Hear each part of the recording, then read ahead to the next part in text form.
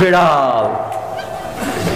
সব দেশ থেকে মোটামুটি বেড়াল নিয়ে চলে গেছে আমেরিকাতে, ব্রিটেন গিয়েছে, চায়না গিয়েছে, জাপান গিয়েছে, ইংল্যান্ড গিয়েছে।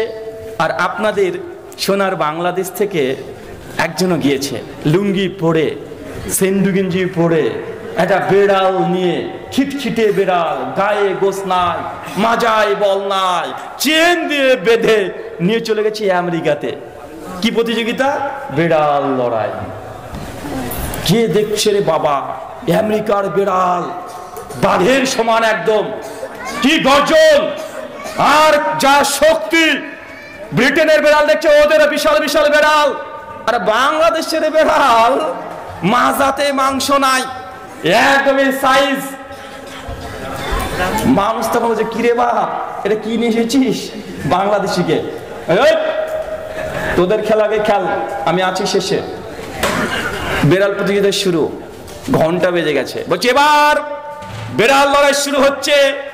আমেরিকার সঙ্গে ইংল্যান্ডের, আমেরিকার বেড়াল দাঁড়িয়ে আছে, ইংল্যান্ডের বেড়াল ছেড়ে দিয়েছে গ্যালারির মধ্যে, আর আমেরিকার বেড়াল ঝাঁপিয়ে গিয়ে ইংল্যান্ডের বেড়ালকে ধরে খ্যাচবাচকে চাবিয়ে দিয়ে কয়েক মিনিটে রক্তাক্ত করে ইংল্যান্ডের বেড়াল ভেঙে দৌড় নাই।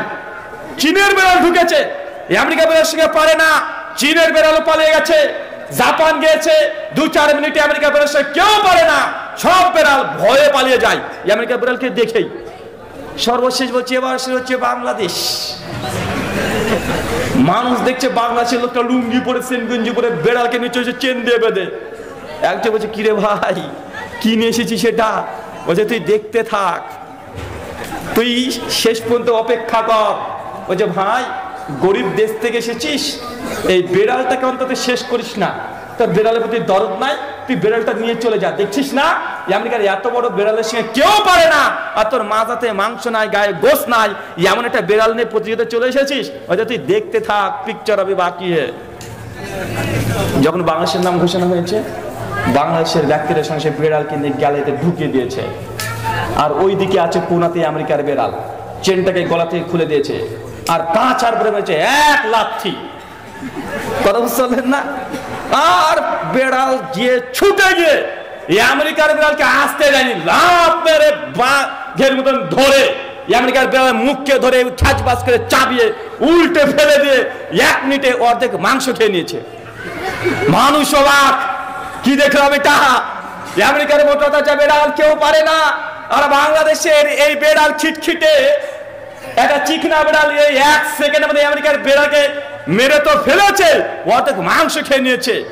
মিডিয়া সব চলে এসেছে, ভাইজান আপনার বেড়ালকে কি খাওয়ান? এত শক্তি, গায়ে মাংস নাই।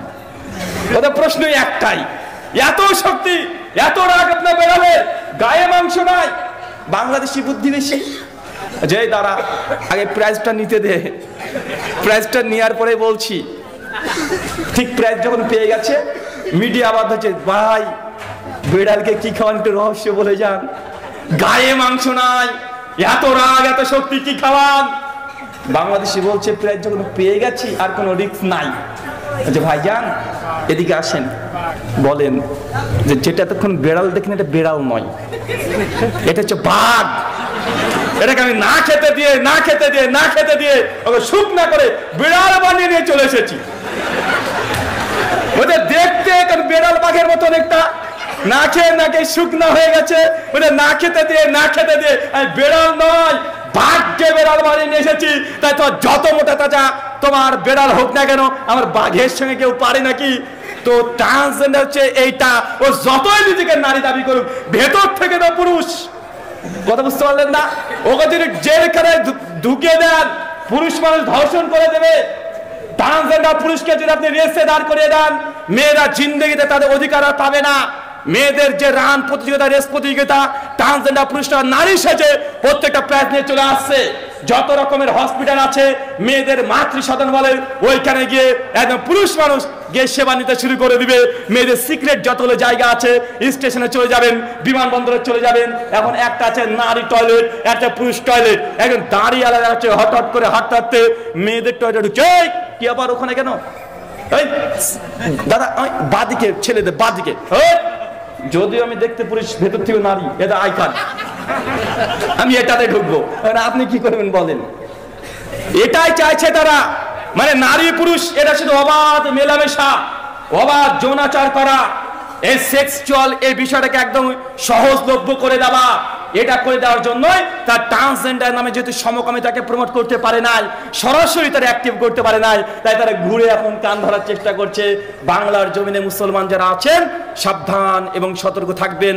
তাদের যে দৃষ্টি বাংলাদেশের উপরে, যেই তাদের দৃষ্টি আছে যে বাংলাদেশ নয় মুসলিম কান্ট্রিগুলোর উপরে ভয়ঙ্কর, কারণ পৃথিবীর সমস্ত ধর্ম তাদের এই সেকুলারিজমের কাছে আত্মসমর্পণ করেছে। ইসলাম কেবলমাত্র বাকি আছে, তাদের সঙ্গে চ্যালেঞ্জের মোকাবেলায় আজ পর্যন্ত করে যাচ্ছে। ইসলাম তার আদর্শকে এখন পর্যন্ত তাদের কাছে আত্মসমর্পণ করেনি, তাই মুসলিমদের দেশগুলোকে ইসলামী আদর্শকে বের করে দেওয়ার জন্য চতুর্মুখী তারা কৌশল করছে। আল্লাহ সুবহানাহু ওয়া তাআলা মুসলিম উম্মাহকে কথা বলার তৌফিক দান করো, আমিন। আল্লাহ যাবতীয় ফিতনা যা আছে এই ফিতনা থেকে আমাদের প্রত্যেককে তুমি হেফাজত করো, সকলে পড়ি আমিন। ওয়ামা আলাইনা ইল্লাল বালাগ। আসসালামু আলাইকুম ওয়া রাহমাতুল্লাহি ওয়া বারাকাতুহু। আচ্ছা, আলোচনা শেষ। এই কমিটির কেউ আছে নাকি গো? ছেলেরা ভলেন্টিয়ার্সরা? হ্যাঁ, কে?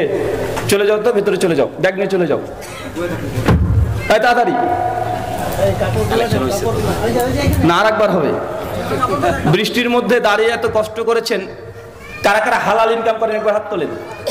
হালাল, হারাম না। এই আপনি কি হারাম ইনকাম করেন? আপনি হাত তুলছেন না কেন? হালাল যারা করেন হাত তোলেন। মাশাআল্লাহ, তাকবীর তাকবীর তাকবীর। দুই হাত পকেটে পড়েন, আপনার পাশেন না, নিজ নিজ পকেটে পড়েন। আরে ছেলেরা তাড়াতাড়ি যাও, পকেটে হালাল টাকা যা আছে তাই দিয়ে দেন।